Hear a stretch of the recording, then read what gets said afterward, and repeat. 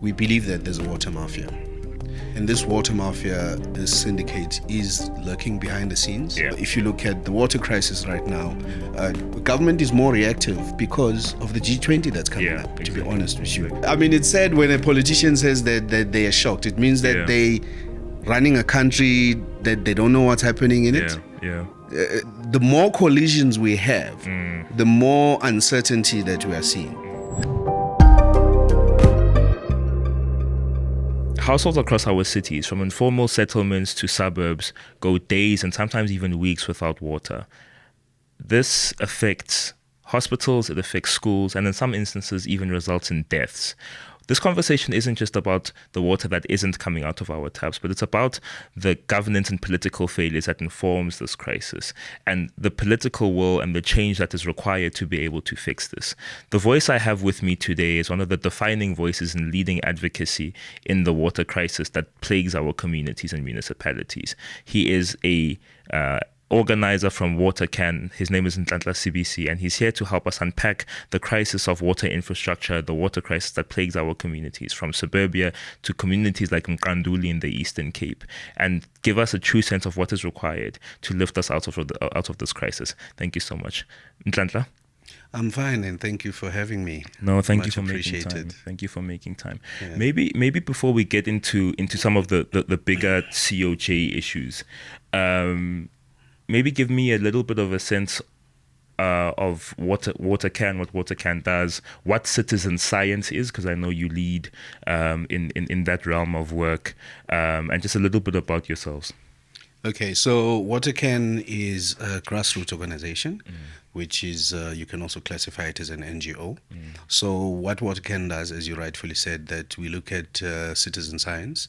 And what do we mean by citizen science is that we get communities to be involved in actually understanding the science of water, understanding the issues around water, and understanding also, added to that, how do we test for water? For example, WaterCan also has kits, water testing kits that we use, that we distribute to communities that they can use after we have given them some training on that, that they can use to actually test the quality of water in their respective areas, and that basically gives them the power to understand why water is so important, and what is the quality of water, and what issues that they as a community would like to raise when it comes to issues that are related to water.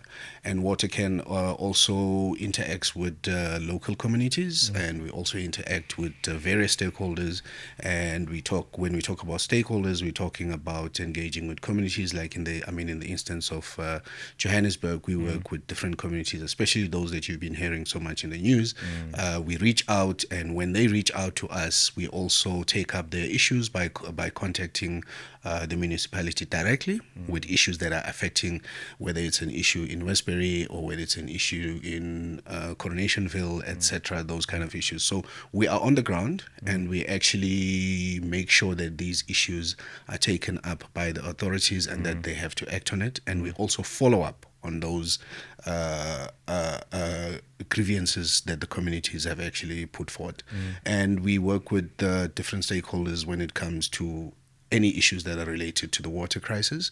And we are not only restricted to working with communities in the Joburg area. Yes, we've been very prominent. National, We have a national footprint, yes. And if you go onto our website, you'll also see that the testing that I've been referring to earlier on is actually one of the things that we capture on our website.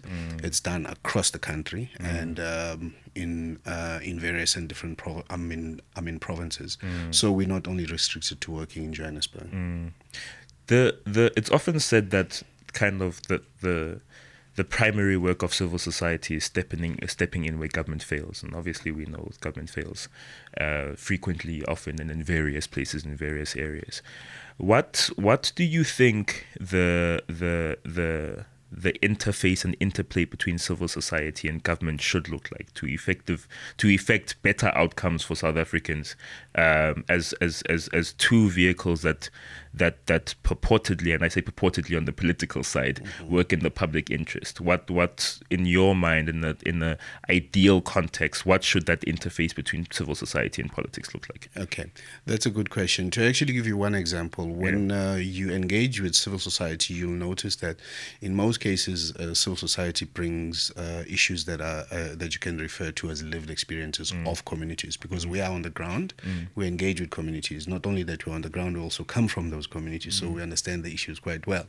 And the interface that you're actually referring to is where we would like to see government, including different stakeholders, whether we're talking about business or whether we're talking about political parties, to actually see civil society as one of those important stakeholders that bring community issues to bear and that bring community issues that are real, because we don't make up these issues. And I know that at times, sometimes civil society is also, is always branded as being, opportunist, people who just making noise for the sake of making noise. That's not the case, because just using the water crisis that we are currently talking about, we engage with communities, we have community meetings, we meet with communities, and communities share all of these experiences. So we are, a conduit to that interface that you are referring to. And the beauty of it is that, we also give government, for example, an opportunity to review their policies, to review also how governance issues are actually unpacked. Where they are failing, we're able to actually highlight those issues. Those issues. So civil society, not only water can, but civil society in general plays that role, and it's a very important role. Unfortunately, in cases in South Africa, you find that that space is actually being shrunk by politicians mainly, and because of the name calling that they actually throwing at us, and it's sad, because in other countries, civil society gets to be listened by governments. They get to be listened by politicians. They get to be listened by business.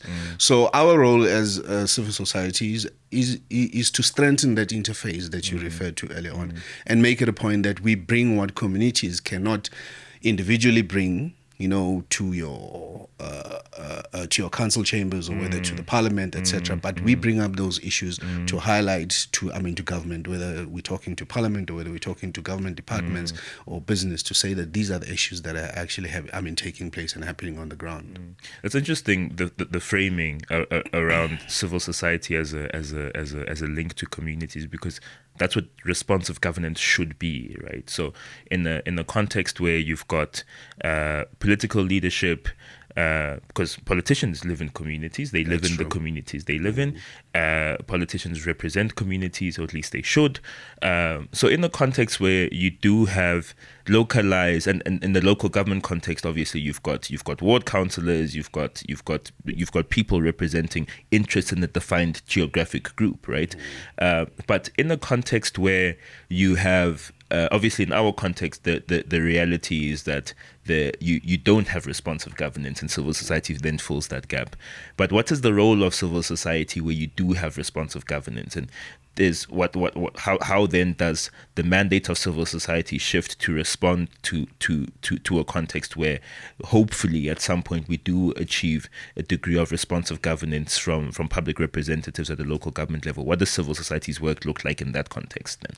Okay, so in the case of South Africa, sadly, let's start with the bad news. The bad news is that why civil society is so vocal, it's because that responsiveness is not there. It's not there, yeah. It's very much lacking, and you're absolutely right. These politicians come from communities, but for some reason they seem to have been when they get into blinded by the power that they're actually carrying, the power in which they are, and forgetting that the very communities actually elected them to be in power. Looking at the responsiveness, what we do as civil society, it's not that we criticize everything. Where things are happening quite well, we do applaud that. Yeah, yeah. And if you look at statements, that like for example, like Watercan, when we issue statements, we do applaud where good work has been done.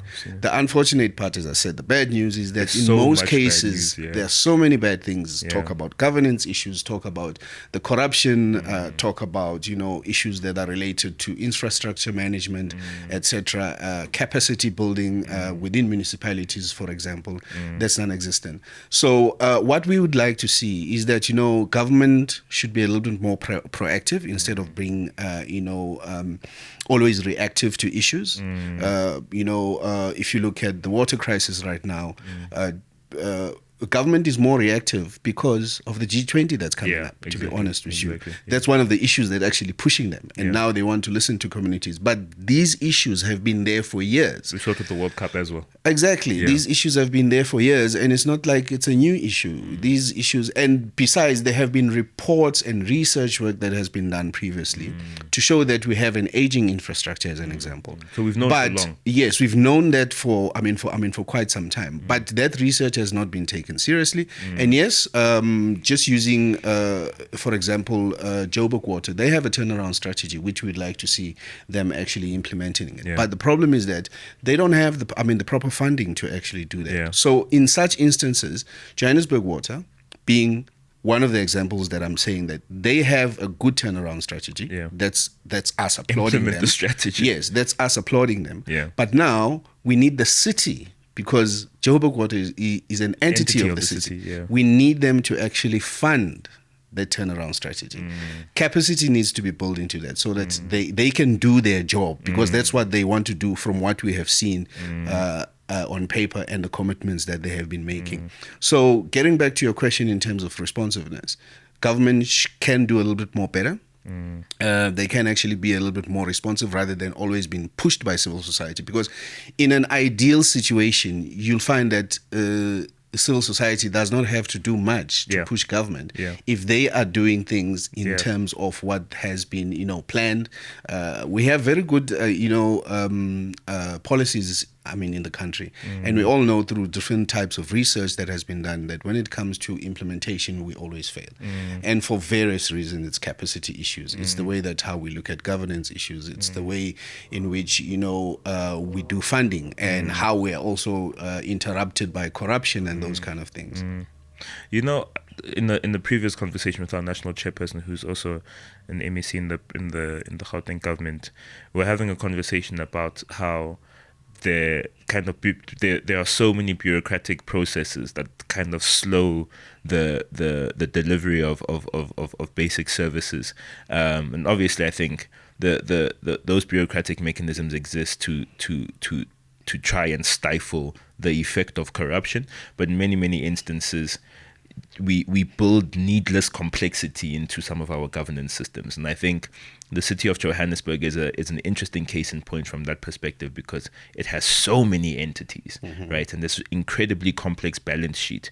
Tell me, because you don't really see the same thing in other municipalities that maybe might function a little bit effectively. Yeah. Tell me a little bit about the composition of government from your perspective, where you feel like there can be some efficiencies built into governance mechanisms, into the processes, into the structures and processes of government to be able to more effectively deliver services to people. Yeah.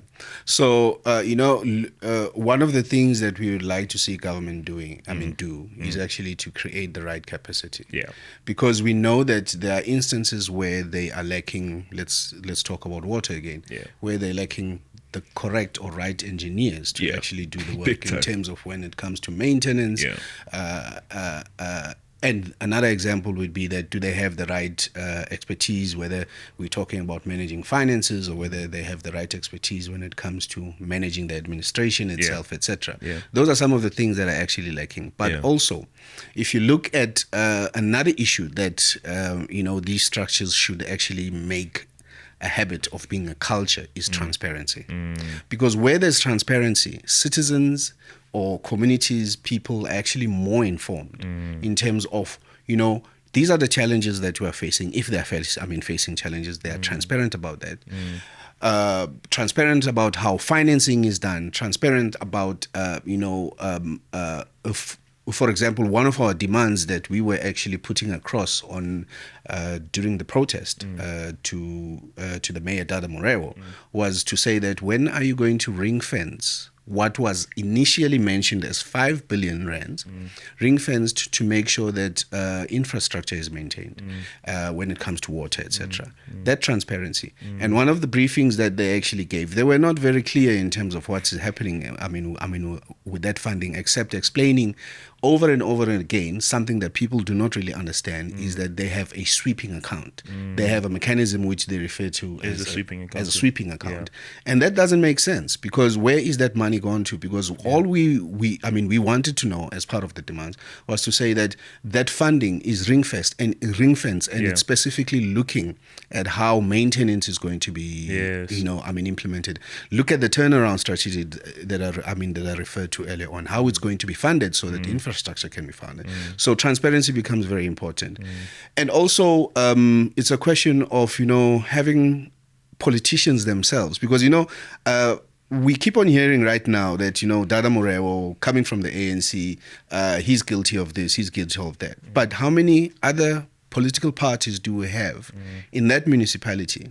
Are they holding the mayor accountable and his exco? And what are they doing in their different wards, right? Because one of the things prior to us going to that protest on the 1st of November was that we drafted a document where we asked each and every person that was involved in the planning, including the broader group that we have of, of communities complaining about the water crisis, to reach out to their ward councillors, as you alluded earlier on, to reach out to their ward councillors and give them those demands and say, this is what we want to see. But also holding them accountable to say to them that when you sit in those chambers, make it a point that you hold the executive accountable, the mayor's executive accountable.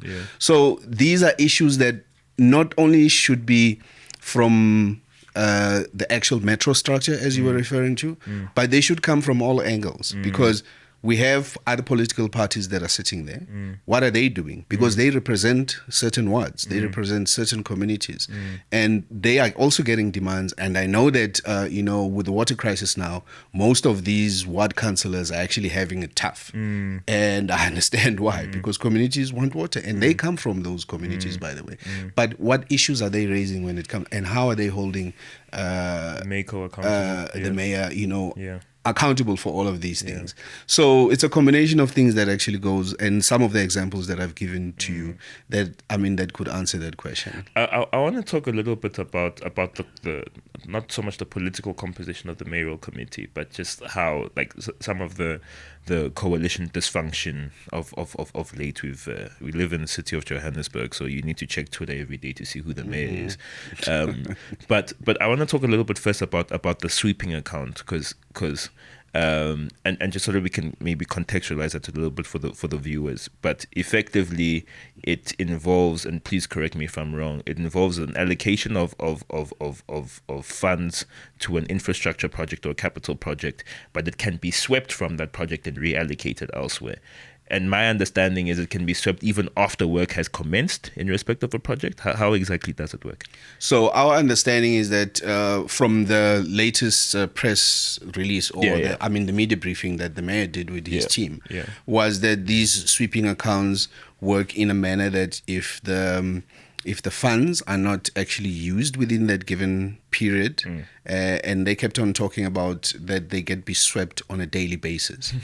And what we are saying is that should not be the case with the funding for the water infrastructure. It must because initially, when this commitment was made, it had good intentions, and the intention was to make sure that maintenance not only from the areas where we are seeing the water crisis now, but throughout the Joburg area, is very vast. And this should be an ongoing thing. And hence, we had applauded when they had talked about actually ring fencing those funds. And they did not. So it means that from my understanding, and I could be wrong, from my understanding is that this sweeping account just actually does it across all projects.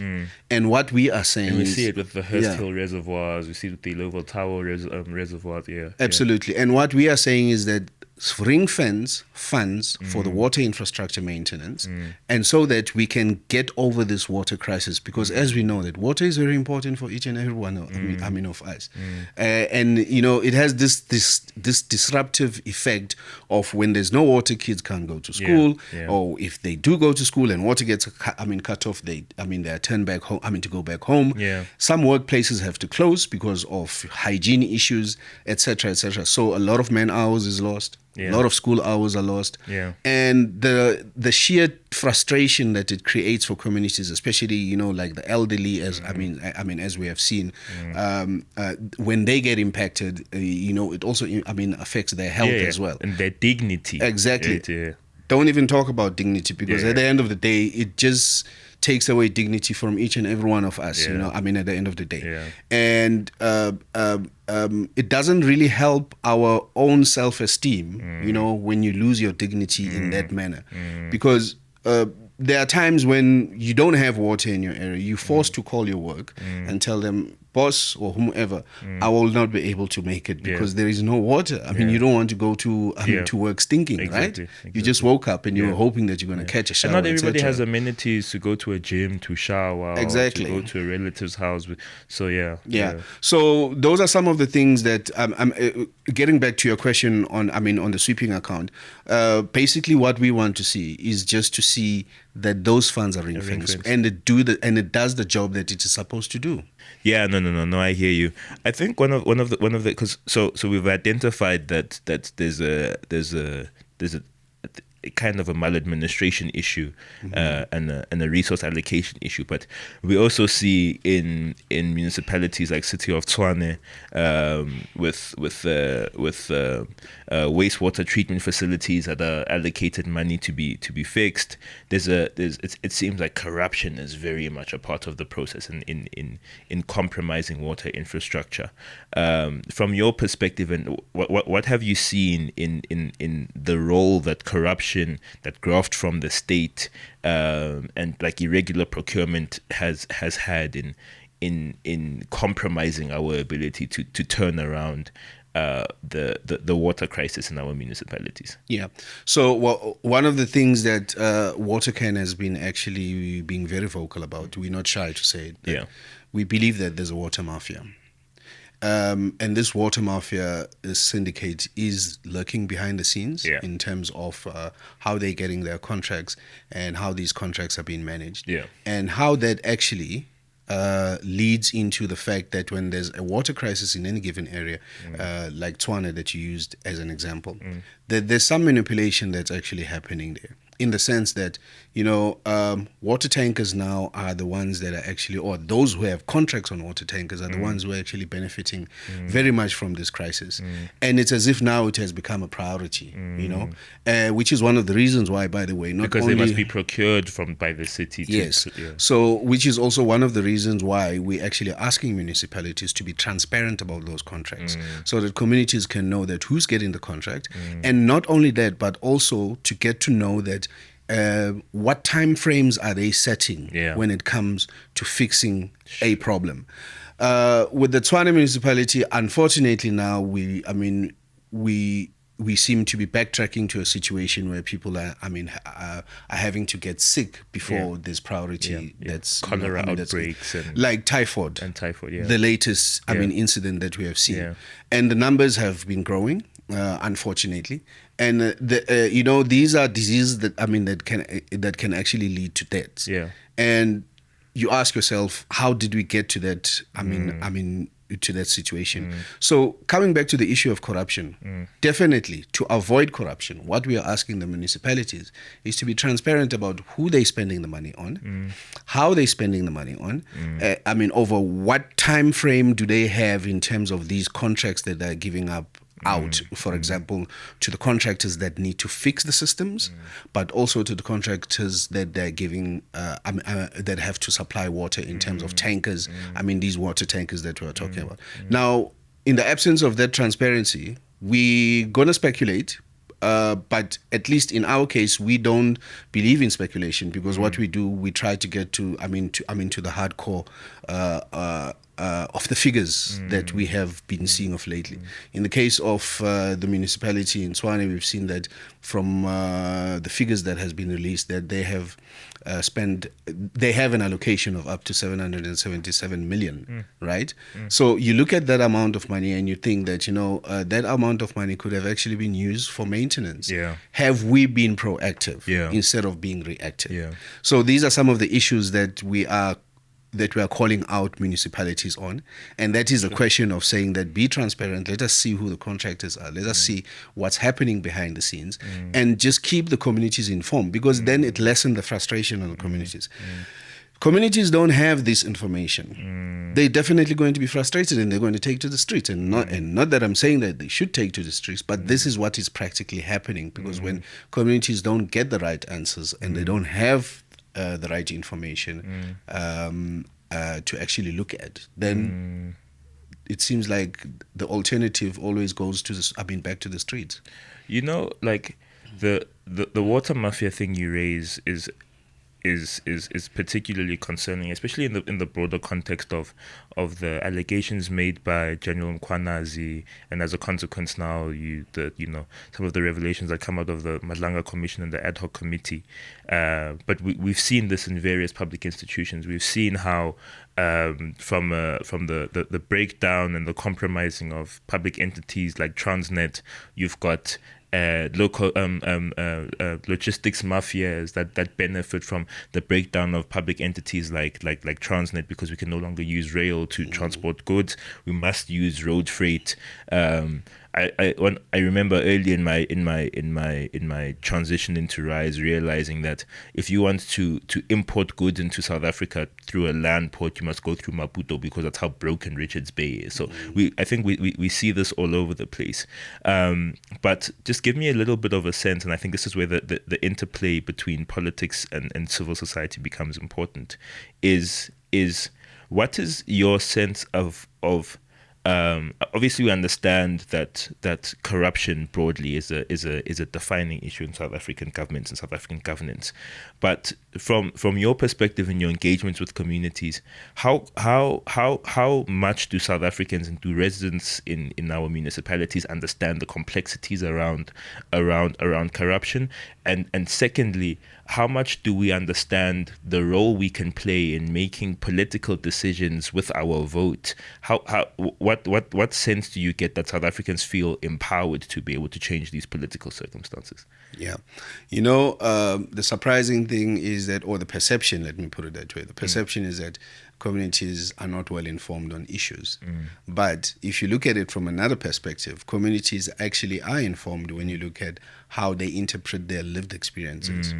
For example, most of the information that you would get about how corrupt a local government is that if you speak to communities, they will tell you that they have noticed things. Yeah. And those kind of things, they'll tell you that when that water tanker comes here, instead of them supplying us with free water as supposed to be, they'll ask if you want to fill up a JoJo tank, that's 200 rands. And I'm just giving an example, right? So it means that communities, when you speak to them and they tell you such things, they are informed. Yeah. If you're talking about technical issues, maybe that's another question. Yeah. But now, the question is that those local governments or government itself, or let me say the entire entity, or all the entities that we have in South Africa, it takes me back to what I was mentioning earlier on, in terms of being transparent and being open about where the challenges are, because communities can also surprisingly assist to identify gaps, as well as also inform the system in terms of what can be done better.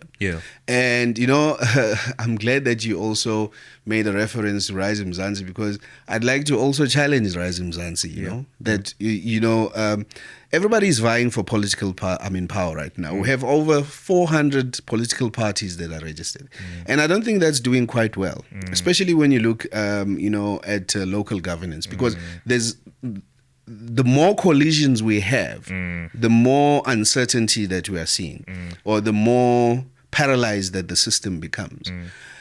and because there's more bickering in those chambers than actually finding solutions. And I gave you an example early on that prior to our protest that we had on the 1st of November, we actually reached out to different ward councillors and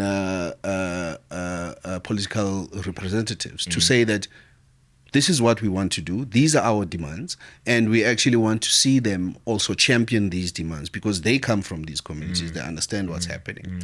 But in terms of the dysfunctionality that you were referring to, yes, we know that there's,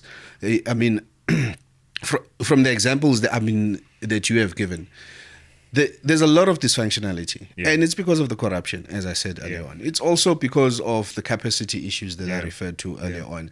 It's also about, the way that political parties, and it's quite frustrating because these are representatives that have been directly elected to actually go and represent community issues, but they're not doing the job, to be honest with you. And hence, being here in your studios as Ryan's Mzansi, I'm also throwing the challenge to you guys. Absolutely. That whenever, in fact, you don't even have to wait to be in power. You have to actually be talking about this and walking side to side with communities, because you also come from communities, and calling out these issues. But the dysfunctionality,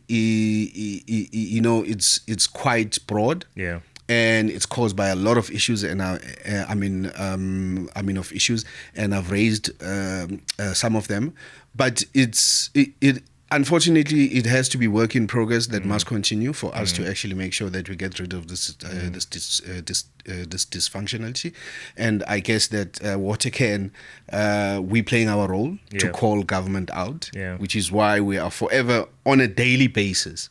We are reaching out to the municipality in different departments and telling them what they need to fix and why they need to fix it, etc. And I hope Rise Mzansi will do the same as well. No, indeed. And I wanted to actually talk a little bit about what you expect from, as Water Camp, but also civil society, what you expect from a party like ours. But I think one of the interesting things is it's not a coincidence that you see coalition governments at the national and provincial level working far more effectively than coalition governments at the local government level. And when you talk about the capacity issues, it's not just in the entities; it's also the political capacity. I mean, COCTA had a study in 2023, where they realized that that there are 300 illiterate ward councillors in KZN, right? So you've got illiterate ward councillors, and we've got this horrible political culture where we send the best talent as political parties to national and provincial government, and we send not so great talents to a local government level. Now, when you've got 300 illiterate ward councillors and this person needs to read an IDP or implement an IDP or read a municipal budget and feed that back to communities, how can that possibly happen? And I think the capacity issue you raise is definitely a local government issue. And I want to talk about that a little bit, because obviously we're going to a local government election next year. You have different political parties vying for power in this very broken context in COJ, but just generally municipalities are probably in the worst states they've been in now in our democratic journey. What does an entity and a movement like Water Can want to see in how political parties kind of approach the issues of local government and residents' issues as they're experienced by residents in a local government election? What are you looking to see? Okay. The first thing, let's talk about political will. Yeah. All right. Earlier on, we had a conversation about the issue in Cape Town when it came to Day Zero. Yeah. Right? And we saw there was so much political will from the national level to the provincial level to the local level, because it was Cape Town. Because it's Cape Town. Yes. Yeah. And yet Day Zero is what some other communities have been living through for decades. Yeah. Now, let's park that aside and come back to the political will issue. When we hosted the World Cup, we had a lot of political will to make sure that it happens successfully. We have political any will other now with event, G20. yes, any other event. Right now, we're talking about the G20. Once we hosted the COP event. At some other point, we've hosted quite a few events where we were actually applauded for that because there was the right political will. I think that's where we should start, because you see, talking about political parties, as you said, their political will should not be one-sided. You know, it should cut across, because we're talking about a lot of vulnerable communities that have since been living in whatever state when it comes to the water issue they've been living in, and these are issues as Watercan that we've been crying and calling out for the number of years that we've existed. So let's start with the political will. If the political will is there and it's right, then definitely this water crisis can actually be resolved. It's not that we don't have the funding to do that. We do have the funding to do that. The other thing is that what we need to also look at, we have what we call a three-tier government system. When something happens at a local level, national, maybe the responsible national department that also looks at water, they throw their hands, you know, in the air, and they say, but we can't intervene. And yes, in some instances it's because of the legislative framework that we have, right? That's restricting them to directly intervene. Now, we're glad that and whatnot, we're glad that, for example, there's an event that I attended about 3 weeks ago where Sean Phillips, who's the Director General of Water and Sanitation, actually disclosed that they now have a legislation that's actually in the process of being signed off, so that they can directly intervene when municipalities, for example, the Joburg municipality is failing in delivering water, that they can directly intervene. So the other thing now that I'm referring to is that we need to look at how our policies flow through this three-tier government system that we have. Where are the restrictions? Where can national government intervene or not intervene, and why? The provincial government likewise. Why and where they can intervene.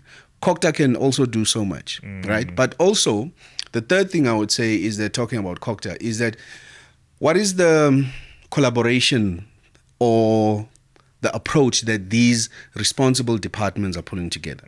Let's talk about COGTA, water and sanitation, because COGTA looks mainly at the functioning of, you know, local government. Water and sanitation, definitely, they look at water issues. But how do they collaborate? Do they have like a very tight-knit collaborative approach in which they actually look at these issues that are affecting local, because local government, that's where things happen, right? That's where things get delivered.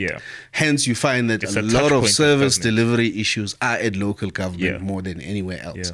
So these departments need to learn to work together, right? And as we have seen, when the president actually came to Joburg and he formed this committee to make sure that things are actually functioning in Johannesburg. I hope he wasn't doing it because the G20, he was thinking of the G20, but he was genuinely thinking about the residents of Johannesburg, right? Well, he said he was shocked to see the state of Joburg, as if he doesn't live in Joburg. In Hyde It's sad, you know. I mean, it's sad when a politician says that they are shocked. It means that they running a country that they don't know what's happening in it.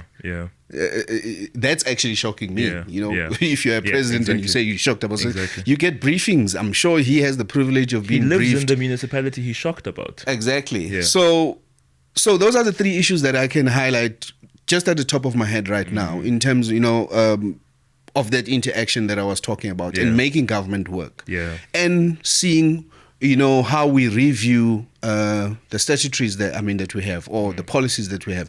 Where are the hindrances, and what should they do? And they should make it a matter of priority. That they unlock these, you know, these bottlenecks that municipalities are experiencing. And yes, talking about the upcoming elections of next year, I hope that politicians and political parties are not going to be jockeying for positions for the sake of wanting to be in a position because it's a luxurious thing to be in. But it's because they want to implement these three things that I've just mentioned, you know, especially looking at the political will. And unfortunately, the crisis is happening now, and they shouldn't come and make promises in terms of, you know, when they are in power, they're going to do it. They can start doing things now because they are part of the national, the government of national unity. They have positions in certain provinces. they have positions in certain municipalities. I'm not saying that it's one party that's ruling the whole country right now, but what are they doing in those municipalities, in those provinces, in those national assemblies where they're sitting? Yeah, there's two more questions I want to ask you, and the first is, I think one of the things that Water Can does exceptionally well, in addition to all of the things you guys do exceptionally well, is highlights the scale of the crisis, right? And you realize that there are so many things that are these self-enforcing issues that inform this crisis. I'll never forget finding out that because of how much water we leak from leakages in the system, the city has lost its revenue collecting capabilities because water leaks into the system before it even hits people's meters. So we are losing water that we can't even charge residents for, but at the same time we're demanding 13% hikes on tariffs on water. But I think one of the things I want to understand from you is, one of the political parties generally, like you say, make promises in political and election cycles. When a political party comes and says to you, as a resident and as an informed resident of Johannesburg, we are going to fix Joburg's water crisis through A, B, and C, how realistic are those promises, and what is the true scale of the issue, and what would it take to fully resolve? 5 billion rand is obviously a start, and maybe fixes a couple meters of water infrastructure in a financial year. But what is the true scale, and what are we looking at? You asked how realistic. I think the political parties are best suited to actually answer that question. But what I can tell you is that the reality is that communities don't want to hear promises anymore. Since 1994, you can imagine how frustrated this country is, which is why I'm assuming that so many political parties are popping up the way that they are. But what communities want to see is that their issues are being resolved. They want to see service delivered. They want to see, their quality of life improve. They want to see, issues, whether you're talking about potholes or the leaking pipes, as you said, that they are fixed. On a daily basis. For example, we have a WhatsApp group that we are part of as Water Can. On a daily basis, someone is reporting a leak, whether it's on the street, in a yard, or wherever the case is. And the turnaround time sometimes is very frustrating. It leaks for days, in some instances even for weeks. And you ask yourself that if it has been reported to the respective municipality, why are they taking so long? So that they don't lose out on that revenue that you've just mentioned earlier on. Because I think at times municipalities are shooting themselves in the foot, maybe because they don't want to allocate the right resources and capacity to make sure that we don't have these leaking pipes. But backtracking again back to the issue in terms of political parties and which is one of the things we as Water Can, because we are non-partisan, by the way, we don't care which political party we are dealing with. As long as we need to call them out, we'll call them out. But, political parties actually have to prove to communities. And feedback is very important for communities. Once they are in power, it'll be very good. And besides, you don't understand why you go to a community and you ask them, when last did you see your ward councillor? And they tell you that, since the last time we went for elections. For my vote, Yes. And after that, I don't see them again till they come back again for votes. Some are proactive, and I must say, and I don't want to generalize and say that all ward councillors are like that. But in most cases, ward councillors should be there on the ground giving feedback in terms of these are the things that have been promised, or these are the challenges that we have on board that we need to fix so that your quality of life improves. The leaking pipes are actually fixed, etc., etc. So that interaction, that continuous interaction in between the election cycle that you referred to. If that interaction happens, I can guarantee you that at least in the majority of cases, there'll be less frustration. Because yes, ward councillors are paid to do this job. It's not like, they're doing anybody a favor. They wanted to be elected, by the way, and they got the election from the very same people. So why not interact with them and give them the feedback? So you'll be cutting out a lot of frustration out of that process. But generally, I would say that, in terms of holding political parties accountable when it comes to that issue, It has to be continuous, which is what we are doing as as Watercan. We're making it a point that it's continuous, and we remind ward councillors or any elected official as to why it's important for them to do their job. Yeah. And also, not only with politicians, we also hold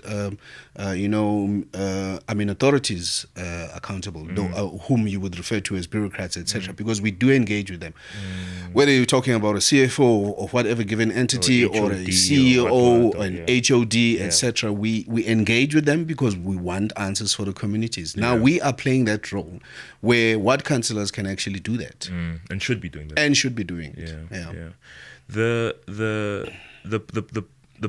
these points all just highlight what is possible when you have political will. And I think we had a conversation earlier before the show about dignity, right? And you made the point where you mentioned how political will is reserved for some communities and not others. And I definitely take the provocation from you that the role of political parties must be about ensuring dignity for all and the dignity of basic services for all. But if you noting that you correctly define that Rise Mzansi, even though it doesn't exist in municipal council, still has a responsibility in a local government context, and now Unite for Change, which is the local government vehicle through which we'll be contesting. What is your expectation? I want to give you an opportunity to put a provocation on the table. And what is your expectation? What do you want to see from Rise Mzansi between now and election day and onwards? Yes, and also putting back the hats that I declared that we are non-partisan. Yes, we're not only calling out Rise Mzansi on this, or United for Change, as you rightfully say that when you go to the elections, that's the platform that you'll be vying for. But what we want to see is the fact that there's this loop that's created, the feedback loop. Yes. And this feedback loop shows that, they have political will to engage with the very communities that elected them, but also giving them feedback on these very important issues. And hence I was saying earlier on, you'll find that communities, and I can say it without doubt, that communities will be, not all, but will be less frustrated. Because if you give feedback, and genuine feedback, by the way, but also genuine commitment to saying that, yes, the issue, is a challenge, it's a problem, whatever, but it will be fixed. Give, the communities, time frames. And even if you can't fix it. And even if you can't fix it, talk about it, And you'll be surprised that in some instances that you can also get solutions from the very communities, right? So, Rise Mzansi does not have to wait for elections. They should start vocalizing these issues now, because you come from communities, right? Which is why at our 1st of November protest, we didn't say political parties should not come. All we said is that they should not come there to steal the limelight. They should not come there to actually politicize their issues. They should not come there to shine, because that was a protest for the people. We must show up as by the people, against the municipality, against the water crisis, and put their demands on the table. So Rise Mzansi can start by doing those things right now. And what I'm saying is that actually I should turn the question around and say, how committed are you guys to actually be doing it? Because if you are really serious, like hosting us today, you are really serious about actually addressing issues, then you should be addressing them. You shouldn't be waiting for elections, like some other political parties we are seeing doing. They just using the water crisis as a political tool, or political ball game to actually say that if we are in power, this is what are they doing now? And I think, to answer your question, that's precisely why we were there. It's precisely why we have these conversations. It's actually the reason why we've been deliberate to ensure that the podcast and kind of broader engagement platforms in the organization platform the voices of civil society. We want a feedback loop, not just with communities, but with civil society, where we're held accountable by civil society, where our policies are scrutinized by civil society, and where civil society has an opportunity to co-create solutions with us. Because I think one of the things that you would have heard Rise Mzansi leaders talking a lot about is how we know and acknowledge that we are not enough, and that no political party has all of the capacity that is required to fix the problems. We see it in the other political party that had to go and import a 74-year-old from the Western Cape. Even it has capacity issues in solving Joburg's issues. So we acknowledge that we're not enough, and that's why we have the feedback loop. And we've been quite deliberate to try and to infuse the feedback loop into our constituency work, but it's never enough, right? And to the point you make, and I think that's why conversations like this become important. That's why collaborations with civil society become important, and I'm glad that we've been able to have this discussion as the first of many, because I think the work that you do is exceptional and incredible work. It capacitates and empowers residents and South Africans. It gives people a sense of ownership over their communities and a sense of ownership over the solutions to their problems. So I want to thank you for that, and also don't treat civil society as a pariah. Yeah, because exactly. Civil society is playing a huge role in terms of filling the gaps, Yeah. but also being meaningful and committed 100%. to actually sorting out issues in the country. 100%. And this is the thing. This is why, the point I make about how I've never understood why. Of course I understand, but there's obviously an obvious tension that exists between politics and civil society, but there's so much space for collaboration. It's an unwillingness on the part of political parties to be held accountable that informs that breaks down the potential for collaboration and breaks down the potential for us to both serve communities in ways that suit us. But definitely agree with you there. But thank you for your time. Thank you for coming and gracing us with your presence. But most importantly, I think thank you for your work. Thank you for the work that you and the Watercan team do in the kind of broader Joburg Crisis Alliance context, and just we're grateful to civil society because as a concerned resident myself, it's I know how worse off I'd be as a Joburg resident if not for your work. So I'm very, very grateful for that. So thank you for your time. And thanks for the invitation. Well, Watercan truly appreciates it. And once again, I just want to declare upfront that we are non-partisan. Just because we are invited by Rising Mzansi doesn't mean that we support Rising Mzansi as a political 100%. party. But we work with communities. We work with affected and impacted communities. And what we want to see is that their voices we are not there to speak on their behalf, but their voices are amplified. And I couldn't agree more in terms of having a co-creative approach in terms of solving these problems, because yes, the co-creative approach must also consider the bottom-up approach as opposed to the top-down approach, because it really ignores communities. It ignores their lived experiences. It ignores what they are feeling on the ground. And thank you again for the invite. No, Mhlekazi, we appreciate you. Mzansi, thank you so much for tuning into this discussion. I think this is one of those conversations that really helps articulate what the source of the crisis is in not just Johannesburg, but in our municipalities and metros broadly as it pertains to water and other public institutions that provide essential public services. You've gotten an insight now into what informs some of those issues, but you also have a little bit of an insight into some of the organizations that do work in communities where you might exist, that move the needle in making the context better. So we're asking that every single South African and engaged and active citizen gets involved. If it's not at a political level, there's organizations like Watercan where you can serve your community and act to make things better. So thank you for tuning in. Appreciate you.